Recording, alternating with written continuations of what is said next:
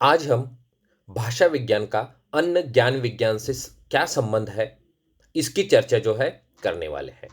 तो भाषा विज्ञान का विभिन्न ज्ञान विज्ञानों से संबंध होता है। जैसे भाषा विज्ञान का मनोविज्ञान से क्या संबंध है, भाषा विज्ञान का भूगोल से क्या संबंध है, भाषा विज्ञान का साहित्य के साथ क्या संबंध है, भाषा विज्ञान का व्याकरण के क्या साथ क्या संबंध है, भाषा विज्ञान का इतिहास के क्या साथ क्या संबंध है, भाषा विज्ञान का भूगोल के क्या साथ क्या संबंध है।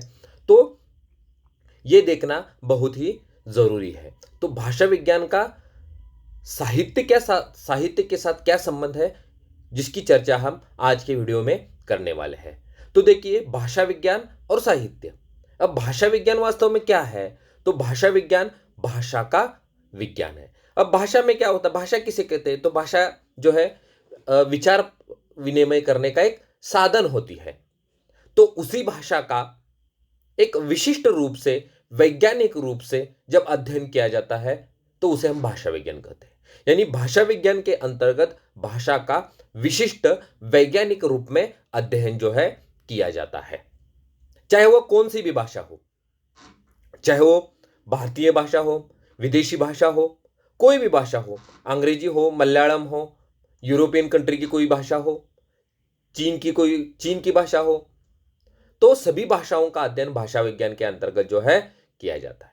उसके बाद आती है कि भाषा विज्ञान का संबंध हम साहित्य के साथ देख रहे हैं। तो साहित्य का अर्थ क्या है? तो साहित्य यानी सहित भाव, यानी मनुष्य के निकट होने वाली रचना। अब साहित्य के अंतर्गत तो हम जानते हैं कि साहित्य के अंतर्गत मनुष्य के अंतरंग और बहिरंग का चित्रण होता है। समाज जीवन के विभिन्न उलझनों का वर्णन जो है साहित्य के माध्यम से जो है प्राचीन काल से आज तक होता आया है। अब भाषा विज्ञान का साहित्य के साथ क्या संबंध है? कई लोगों को एक सवाल उठता है कि कहां पर भाषा विज्ञान, कहां पर साहित्य, उनका क्या संबंध है। लेकिन हमें इतना जान लेना है कि बिना भाषा के साहित्य तो नहीं बन सकता। यानी साहित्य के अभिव्यक्ति के लिए या मनुष्य के जीवन की अभिव्यक्ति के लिए जो साहित्य में व्यक्त होती है, उसको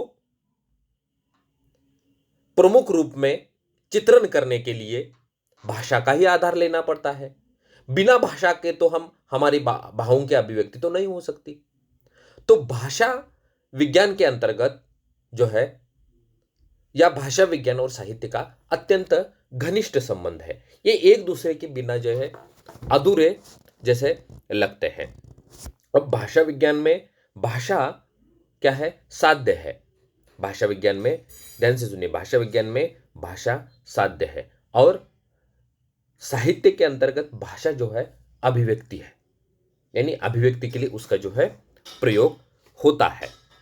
अब साहित्य के लिए अभिव्यक्ति का प्रयोग जो है भाषा जो है प्रदान करती है। यानी मनुष्य जीवन की विभिन्न समस्याओं, उलझनों, विवंचनाओं, विसंगतियों आदि का चित्रण करने के लिए हमें भाषा की जरूरत होती है। तो भाषा विज्ञान और साहित्य का जो संबंध है बहुत ही प्राचीन काल से रहा है। अब हमें समझ लीजिए हमें कि किसी महाभारत के बारे में, महाभारत की भाषा के बारे में या प्राचीन काल की भाषा के बारे में हमें जानना है। महाभारत कालीन, रामायण कालीन, इन भाषाओं को हमें यदि जानना है तो उसका सशक्त माध्यम क्या है? तो उसका सशक्त माध्यम है साहित्य। यदि हम रामायण को पढ़ेंगे, महाभारत को पढ़ेंगे, यानी इन साहित्यिक रचनाओं को जब हम पढ़ते हैं तो उस काल की परिस्थितियों की जानकारी या उस काल की भाषा के बारे में महत्वपूर्ण जानकारी जो है हमें अपने आप ही मिल जाती है। उसी तरह आप यदि हमारे कबीर के काल को देखिए, सूरदास के काल को देखिए, यानी भक्ति काल को यदि आप देखेंगे, भक्ति काल के साहित्य को आप यदि देखेंगे, जब हम भक्ति काल के साहित्य की चर्चा जब भी करते हैं तो उसके अंतर्गत हमें यह पता चलता है कि भक्ति काल के अंतर्गत भाषा का प्रयोग किस तरह से होता था। यानी जब उस काल के भाषा का अध्ययन जब हमें करना है, उस काल की यदि जानकारी हमें लेनी है तो उस समय के साहित्य की हमें जानकारी लेनी पड़ती है। तो भाषा विज्ञान और साहित्य का संबंध जो है घनिष्ठ रूप में आता है। और साहित्य के अंतर्गत जो है विभिन्न रचनाओं के माध्यम से विभिन्न काल की परिस्थितियों का चित्रण होता है। तो इसका उपयोग भाषा विज्ञान के लिए भी होता है। अब उसके साथ साथ भाषाओं का विकास किस तरह से हुआ है। अब आप जानते हैं कि संस्कृत से पाली, पाली से प्राकृत, प्राकृत से अपभ्रंश, अपभ्रंश से सौरसेनी अपभ्रंश, उसके बाद किस तरह से हिंदी की विभिन्न बोलियों का विकास जो हुआ है वो देखने के लिए, इसके लिए हमें साहित्य ही जो है सहायता करता हुआ दिखाई देता है। संस्कृत की अनेक ऐसी रचनाएं हैं जिसके माध्यम से हम उस समय की भाषा को जान सकते हैं, समझ सकते हैं कि किस तरह से जो है उस समय में भाषा का जो है उपयोग जो है किया जाता था, किस तरह से किन शब्दों का प्रयोग जो है किन अर्थों में जो है किया जाता था। तो ये देखने के लिए हमें उस समय के साहित्य की जरूरत होती है। तो इस तरह से हम देखते हैं कि भाषा विज्ञान और साहित्य का संबंध जो है बहुत ही गहन और व्यापक रूप में जो हमें दिखाई देता है। उसके साथ साथ ध्वनि परिवर्तन क्यों हो रहे हैं, अर्थ परिवर्तन क्यों हो चुके हैं, तो इसका अध्ययन भी हमें साहित्य के माध्यम से, साहित्य को पढ़ने के माध्यम से जो है हमें पता चलता है। उसके साथ साथ जैसे मैंने पहले भी बताया कि साहित्य के अंतर्गत जो है भाषा कालानुरूप जो है बदलती गई है। जैसे प्राचीन काल में या आदि काल में हिंदी की बात करें तो हिंदी के आदि काल में जिस तरह से भाषा का प्रयोग होता था उस तरह से मध्यकाल में नहीं हुआ। उसमें भी भक्ति काल में जिस तरह से भाषा का प्रयोग होता था उसमें रीतिकाल में उसी भाषा का प्रयोग नहीं हुआ। और बाद में तो आधुनिक काल में भाषा का विकास जो है होता चला गया। तो वो देखने के लिए आज जितने हमारे पास सशक्त माध्यम है, उस समय में तो सशक्त माध्यम थे ही नहीं। जैसे टीवी, दूरदर्शन, इसका तो उपयोग तो उस समय में यानी उसका आविष्कार भी नहीं हुआ था। तो इन समय की भाषाओं को जानने के लिए हमें किसकी आवश्यकता लेनी पड़ेगी, तो हमें आवश्यकता लेनी पड़ती है साहित्य की।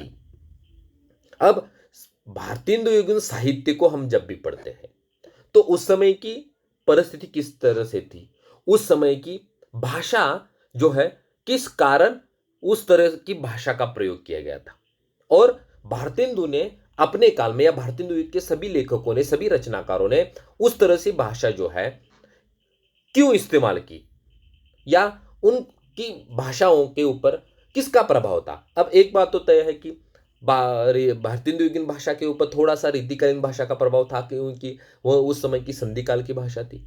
उसके बाद द्वितीय युग को, छायावादी युग को, तो भाषा का विकास होता अपने आप चला गया। और वह परिस्थिति के अनुरूप उसमें जो है भाषा में बदलाव आपको देखने को जो है हमें मिलते हैं।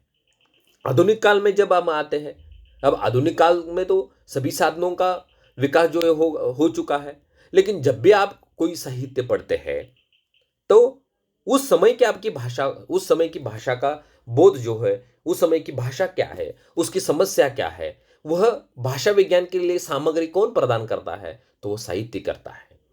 जैसे देखिए कि अर्थों में भी बदलाव, अर्थ में परिवर्तन भी होते रहते हैं।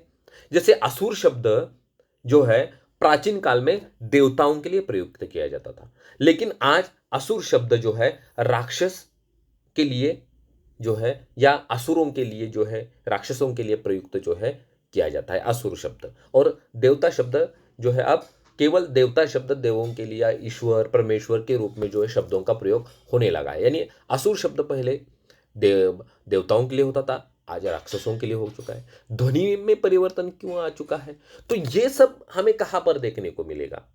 जैसे असुर शब्द देवता के लिए प्रयुक्त किया जाता था, क्यों किया जाता था, तो ये सारी सामग्री आपको कहां पर देखने को मिलेगी। तो ये सारी बातें जो है आपको साहित्य में, प्राचीन काल के साहित्य में, वेदों में, या उसके पहले भी जो भी है उसमें जो है आपको पढ़ने को मिलेगा। तो भाषा विज्ञान जो है, भाषा विज्ञान और साहित्य का अत्यंत घनिष्ठ संबंध है। भाषा विज्ञान और साहित्य एक दूसरे के बिना अधूरे है। भाषा विज्ञान और साहित्य का संबंध इतना घनिष्ठ है कि ध्वनि परिवर्तन, भाषा के लिए जो ध्वनि परिवर्तन, अर्थ परिवर्तन जो भी है, या वाक्यों में किस तरह से परिवर्तन आए हुए हैं, इसको देखने के लिए भाषा विज्ञान को, ये बातें जानने के लिए साहित्य का सहारा लेना पड़ता है। प्राचीन काल के समय की भाषा किस तरह से थी, उस समय में उस समय की भाषा का प्रयोग जो है क्यों किया गया था, उसमें किसका प्रभाव था, ये देखने के लिए उस काल की साहित्य को हमें पढ़ना है। उस काल के हम साहित्य को पढ़ते हैं, तभी हम उस काल की भाषा के बारे में जो है विस्तृत रूप में जो है जान सकते हैं, अन्यथा हम उसके बारे में जान नहीं सकते हैं।